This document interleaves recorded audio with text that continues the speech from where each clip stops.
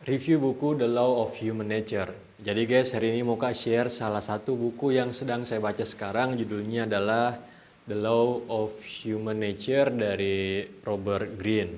Nah, ini bukunya cukup tebal, sekitar 700 halaman lah. Di bagian pertama itu dia bahas mengenai The Law of Irrationality atau hukum ketidakrasionalan manusia, atau istilahnya irasionalitas. Pada dasarnya, irasionalitas itu berasal dari emosi manusia yang akarnya berada pada saat proses evolusi manusia yang membuat manusia ini punya 3 otak. Yang pertama otak reptil, yang kedua otak mamalia, dan yang ketiga frontal cortex atau otak manusia. Nah, kadangkala kita dalam mengambil keputusan atau melakukan sesuatu itu yang paling pertama muncul adalah emosi, yang ternyata bisa mengganggu pandangan kita terhadap keputusan tersebut sehingga keputusan itu tidak rasional atau irasional. Rasionalitas itu sendiri adalah kemampuan kita untuk bisa mengcounter emosi yang hadir dan melihat aspek-aspek yang lebih mendalam sebelum mengambil sebuah keputusan. Sayangnya karena emosi tadi berasal dari otak reptil dan otak mamalia yang sudah ada dari bagian evolusi kita, itu susah untuk akses secara utuh akar emosinya dari mana. Sehingga saran dari Robert Greene ini yang pertama adalah harus untuk mulai merecognize bias-bias yang bisa buat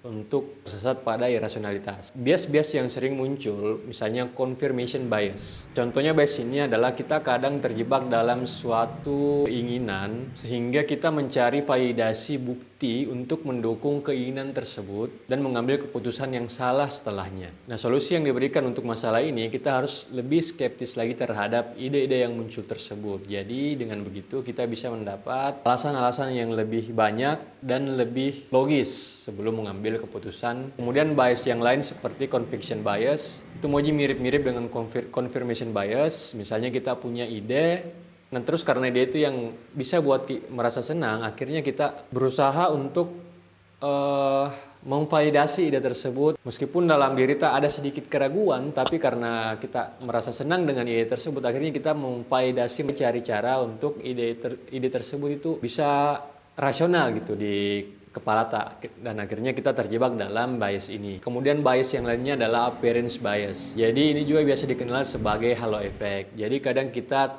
terperdaya oleh penampilan awal dari mungkin orang-orang yang ditemui, yang kita hanya lihat dia mungkin good looking, akhirnya kita menggeneralisir bahwa orang ini juga baik, orang ini juga ramah dan sebagainya. Nah, contoh-contoh bias yang lainnya misalnya group bias, blame bias, superiority bias. Nah, mungkin nanti kita akan bahas di video selanjutnya. Jadiin dulu ya.